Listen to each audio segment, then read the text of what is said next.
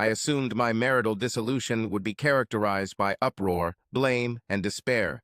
I envisioned melancholic evenings swilling whiskey, scrutinizing past wedding mementos, questioning the course of events. Yet, an unexpected sequence unfolded when my wife, Sophia, calmly stated across the dinner table, "I'm not content anymore." An internal mechanism seemed to halt within me. I didn't display any emotion, not tears, not outrage, not even a blink. Sophia watched me attentively, anticipating a reaction. Perhaps she anticipated me clinging to her hands, imploring her, vowing to improve, or perhaps she expected romantic gestures, swearing we could mend the fractures. However, I refrained. Instead, I put down my fork, wiped my mouth with a napkin, and directly inquired, "Is there someone else?" My query was blunt, frosty, devoid of emotion. Sophia momentarily hesitated. A brief flash of surprise crossed her face before she concealed it behind detachment. She chuckled softly, shaking her head. "Why do you inquire thus?" I leaned back in my seat. "Since it's not out of the blue." She nibbled on her lower lip, pushing away her plate as if she had lost her desire to eat. Then, with a hint of self-satisfaction in her posture, she stated, "I guess I no longer believe we suit each other well." I nodded slowly, contemplating. I knew that wasn't true. This wasn't about compatibility.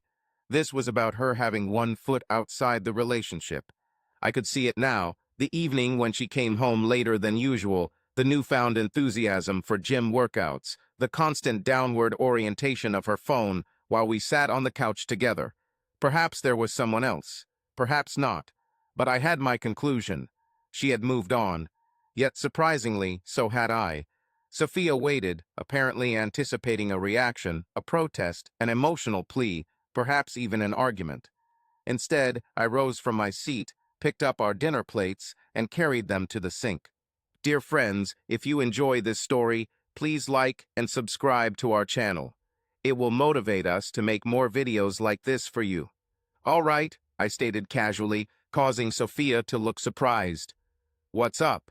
I washed the dishes, turning on the faucet. "All right," I echoed again, maintaining a calm tone. "If you wish to depart, feel free." This seemed to bother her, as it wasn't the response she had anticipated.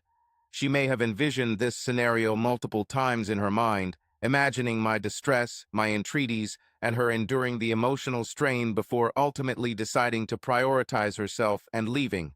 However, I was making this choice simple for her. I could sense her thoughts racing. "Hold on. Why aren't you trying to keep me?" She adjusted her position, her confidence waning slightly. I don't wish to discard everything so carelessly. We've spent a lot of time together." Now it appears she wants to proceed with caution, keeping her alternatives in mind. I switched off the sink and faced her, drying my hands with a towel. "You've already discarded it, Sophia." She gasped, taken aback by this response. She declared it unfair, to which I gave a faint, serious smile. "Fairness? You entered our discussion with a predetermined choice, and I am merely abiding by it." She bit her lip, appearing unsure of what to say. "I never stated that I was leaving immediately." There it is, she wanted time, transition, perhaps a few weeks or months to explore her options before fully committing to departure. That wouldn't transpire. I moved towards the bedroom, and initially she didn't follow, but curiosity or worry eventually won over.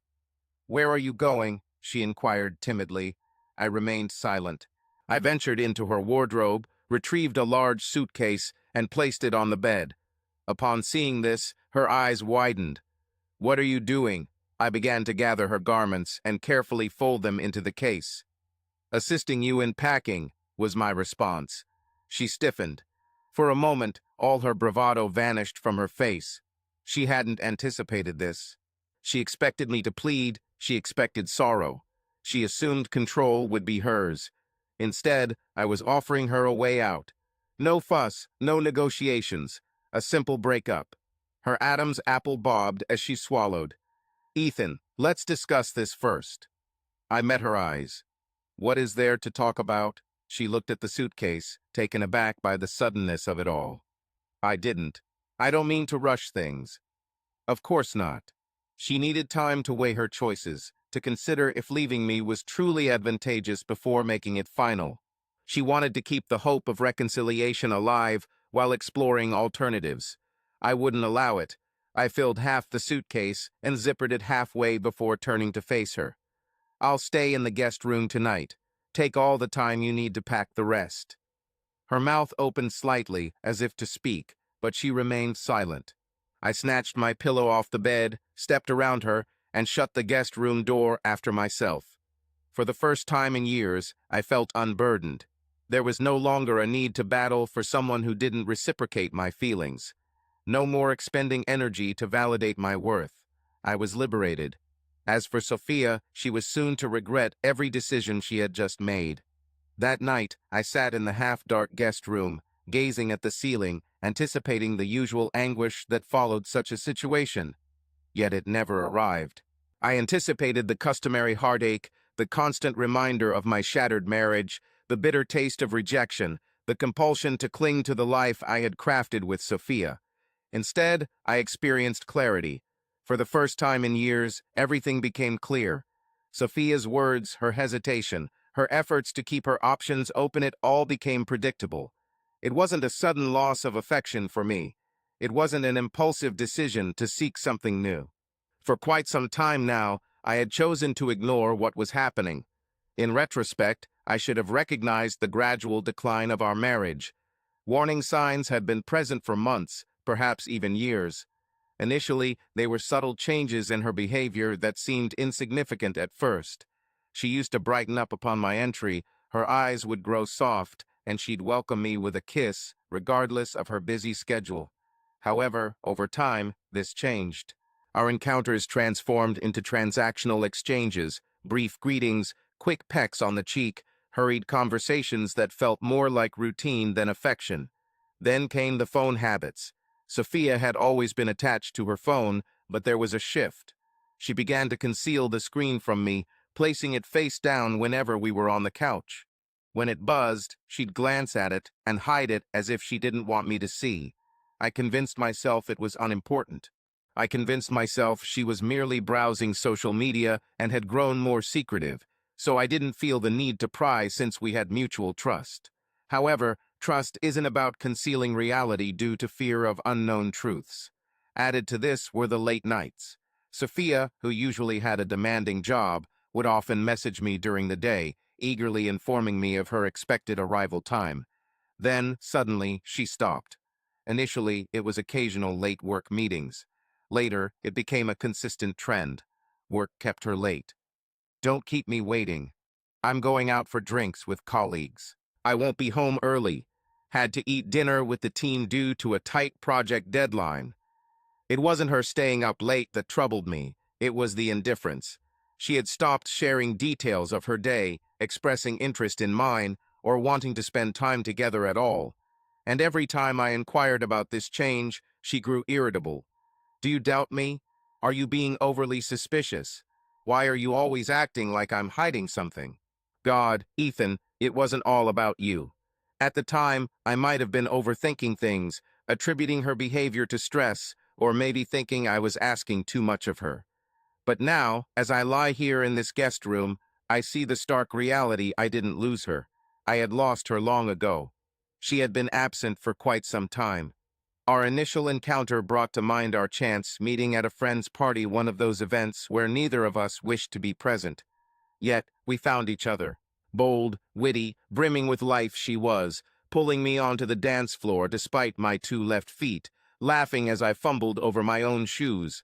We spoke for hours that night, and I recall thinking then, this is it. This is the woman I can spend my life with.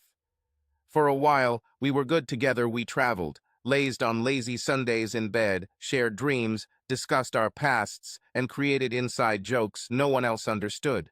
She was my confidante. At some point, she wasn't there anymore, and I couldn't say exactly when it happened. It wasn't a single explosive incident or dramatic moment. Instead, it was a quiet, gradual slip away, like sand slipping through my fingers before I even realized I no longer had a grip on anything. She stopped finding humor in my jokes, stopped taking my hand in public, stopped viewing me as the man she desired. Perhaps it was boredom, Perhaps it was someone else. Perhaps she had been waiting for me to bring up our issues first. However, it didn't matter in the end, because I no longer wished to fight for someone who did not want me. A gentle knock on the guest room door interrupted my thoughts. I chose not to respond. Another knock followed, then her voice, tentative. "Ethan?" I let out a weary sigh, running my hand across my face. "Yes?" There was a moment of silence. "Can we talk?" I sat up but did not move to open the door. "About what?" Her voice was softer now, hesitant. Similar to what? Sophia? Like you planning to depart and me conceding." She let out a sharp breath. I could sense growing irritation in her tone. "I didn't expect you to surrender so readily." And there it was. She sought a response. She yearned for opposition. She craved validation, even as she prepared to abandon me. I rose, approached the door, and slightly opened it to see her face. Her arms were folded, her countenance a blend of annoyance and perplexity. I met her eyes, remaining inscrutable. "You chose, Sophia. I'm merely facilitating your choice." Her Adam's apple moved as she swallowed. "Is that it?" "Exactly so." I leaned against the door frame, my tone tranquil. I could argue. I could plead. I could attempt to persuade you to remain. But let's be frank, would it alter anything? She looked away. "I'm uncertain." I smiled. "I am." She tried to speak, but no words emerged. For the first time, she wasn't in command. Regret flashed momentarily on her face, but it was too late. I provided an effortless escape. Now she must bear the consequences of her choice. The following morning, I rose before dawn, not due to insomnia, but because serenity had returned to my thoughts. There was no more oppressive burden on my chest, no persistent questions about what might have been altered. I no longer needed to awaken beside someone preoccupied. For the first time in a while, I felt able to draw breath freely. I heard Sophia stirring in the bedroom, sounds of drawers opening and closing, clothes being arranged, then discarded into her luggage. She was not careful or meticulous. She acted with exasperation. I did not inquire about her welfare. I didn't offer assistance. She had made up her mind. I simply granted what she desired. After a few hours, she stood by the front door, her suitcase at her side and keys in hand. At the kitchen table, I sipped my coffee while mindlessly scrolling through my phone as if this day were no different from any other. She throat cleared, signaling her departure. "I suppose I'm off now," she said. I looked up and nodded in response. "Take care." Her grip tightened on the suitcase handle. "Is that all you have to say?" I released a long breath, leaning back in my chair. "What do you expect me to say, Sophia? That I'm devastated, that I can't fathom life without you, that I'll sit here, waiting for you to change your mind?" She hesitated but didn't respond. I shook my head. "I won't plead with you, Sophia. If that's what you want, then go." A fleeting emotion flickered across her face, something akin to regret, but she swiftly concealed it. She picked up her luggage and exited the house. She paused before getting into her car, casting one final glance at our home. I remained motionless. I didn't pursue her. I simply sipped my coffee and watched as she drove off. And thus, after 5 years of matrimony, she was gone. Initially, I anticipated experiencing some emotion, be it sadness or relief, but instead, tranquility enveloped me. She believed I'd combat for her, assumed I would crumble, and considered herself the dominant force. However, she was now departing from the finest thing she had ever possessed, a fact she would soon recognize. Days slipped by, followed by a week, then two. I refrained from contacting her, neglecting to inquire about her well-being through mutual acquaintances. Instead, I concentrated on myself, attending the gym daily, renewing connections with old friends, and excelling at work assignments more than before. Consequently, Sophia started observing me from afar. She didn't message, yet her presence was palpable. Despite still following me on social media, she scrutinized my updates more closely. She witnessed the gym attendance confirmations, the social outings, and posts expressing genuine joy. For the first time, Sophia beheld a side of me that she hadn't anticipated. She thought I'd disintegrate without her presence. Instead, I transformed into my optimum self, which seemed to be troubling her. It was at a friend's social gathering where I first laid eyes on her since her departure. I hadn't intended to see her. In fact, I wasn't aware of her presence there. However, upon entering the backyard with drink in hand, I found her by the fire pit, looking directly at me. Her gaze revealed hesitation, regret, and uncertainty. I paid no special heed to her initially, instead greeting others around her, shaking hands, exchanging laughter. I remained unperturbed. It was then that she approached me after an hour, flashing a smile as if nothing had transpired. "Hey, stranger," she said. I took a sip from my drink, nodded in response.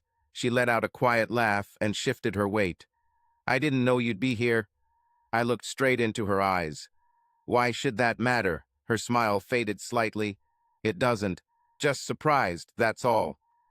There was a sharpness in her tone, a suggestion of unsaid words. I recognized it immediately. She presumed I would be shattered, avoiding locations where she might appear. Instead, I was thriving. I extended the quiet, then slightly tilted my head. "How's your life?" she inquired tersely. "Quite well," I replied. "Merely so-so," was her response. I gave her a deliberate, knowing nod. "Glad to hear it." Then I walked away, leaving her standing there. In that instant, I knew. She was understanding her loss. The remorse was just emerging. She thought she would discover something superior, but all she discovered was the void where I once stood. And the most satisfying aspect? She was the one who departed. She made her own bed. Now she had to lie in it. I never advocated for revenge, not the dramatic, film-style kind. Nevertheless, if there was one thing I learned, it was that the best revenge wasn't about demonstrating someone was wrong. It was about proving yourself right. Dedicated myself to constructing a fulfilling life, such that I would never feel remorse over departures past. Consequently, this was my course of action. I dedicated unparalleled attention to self-improvement. I immersed myself in the gym, pushing weights beyond usual limits, running distances longer than ever before, challenging my body to extremes I previously thought impossible. Each repetition, each dash, each bead of perspiration was not driven by rage. It was propelled by liberation. For years, I had been stuck, attempting to please a woman who had ceased valuing me long ago. I had allowed myself to deteriorate not merely physically, but mentally and emotionally.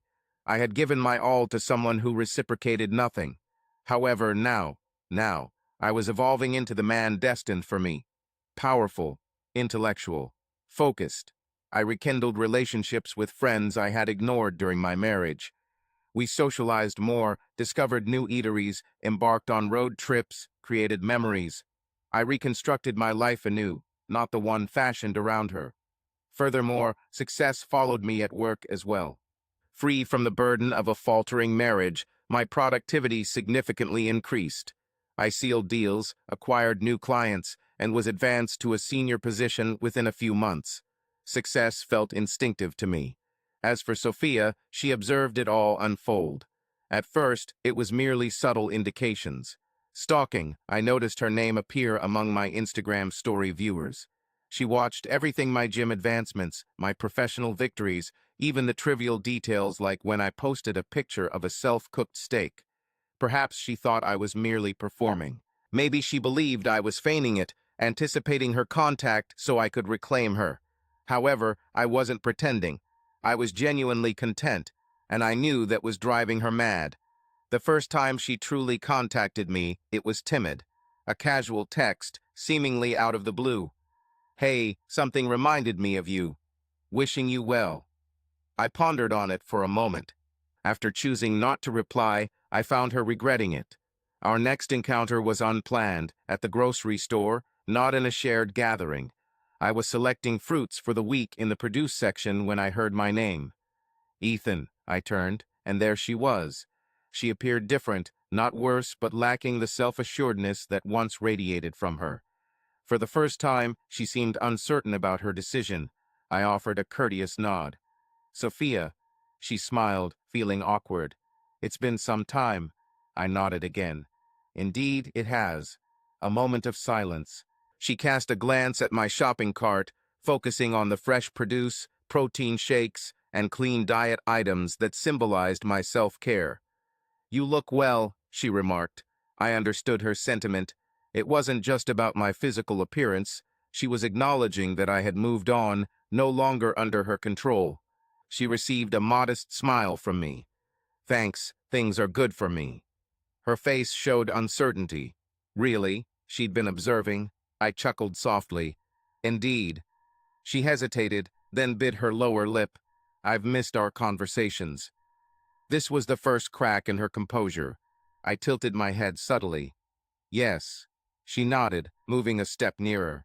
"I don't know. I've been deep in thought lately. I didn't express it before." I allowed the silence to linger, allowing her to hear the weight of her own remorse. And then she sighed. It seemed she hadn't anticipated these feelings. She believed she'd find freedom. She expected happiness. Instead, she felt hollow. "Not my responsibility."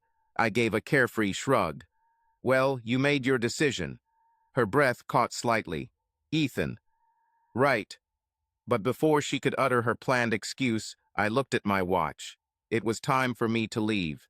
She appeared taken aback by my nonchalance about our upcoming meeting. She had anticipated that I would be eager for this conversation and provide an opportunity for her to speak. Instead, I treated her as if we were mere acquaintances from the past. With a sigh, she managed to smile. "I see." "Indeed." "Well, it was nice running into you." I gave a brief nod, returning her guarded greeting. "You too, Sophia. Stay safe." And with that, I departed. I could sense her eyes following me, rooted in the middle of the grocery store, perhaps realizing for the first time that she no longer held sway over me.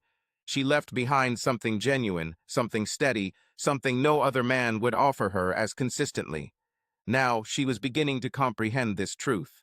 However, I had already moved on. The indications were gradually becoming apparent: her constant monitoring of my social media, the unanswered "How are you?" messages, the supposedly accidental encounters that I knew were not mere coincidences. Sophia was no longer lurking. She was assessing if there was an opportunity for her return.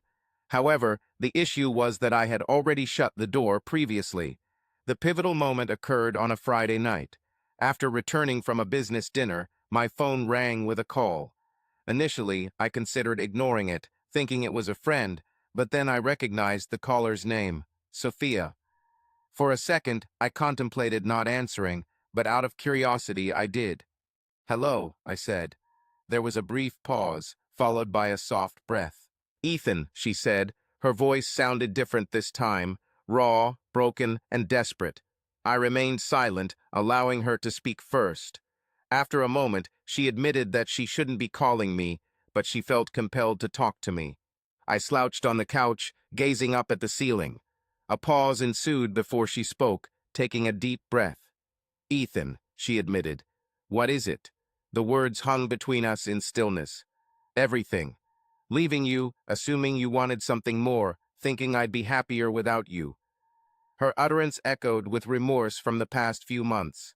There was no response from me, not needed at that moment. She continued, her voice quivering slightly. "I thought I desired freedom, sought something else. But after I left, I understood it didn't matter the new place, the presumed thrilling life I yearned for, because I had everything I required when I was with you." Her confession would have broken me then, but now it left no impact on me. "I've outgrown you," I realized silently, rubbing my temple wearily. "I miss you, Ethan," she whispered softly.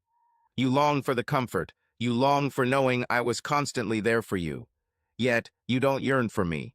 If you did, you wouldn't have departed." Truthfully, that summarizes it. A brief moment of quiet passed. Then she quietly asked, "Is there even a remote possibility for us?" I hesitated briefly before responding. And then I finally told her what she needed to hear. "I provided an easy departure, Sophia, and you took it." After a pause, I pronounced the final verdict. "I'm not the kind of man who can be picked twice." She gasped audibly, as if struck in the stomach. For the first time, she fully understood her actions. She had bet on something genuine, and she lost. I could hear her struggling to maintain composure, searching for words to mend what couldn't be repaired. But I was through. I had nothing more to offer her. I concluded with only a remaining phrase, "Look after yourself, Sophia." Afterward, I disconnected. For a while, I remained seated, gaze fixed on my phone, anticipating some emotion. A twinge of sorrow, a whiff of nostalgia. Yet there was nothing. No rage, no agony, no yearning. Just tranquility. As I disconnected, I realized I had triumphed. Not because I retaliated, not because I proved anything to her. I prevailed because I advanced. And she remained with nothing but remorse. And that was her true penalty.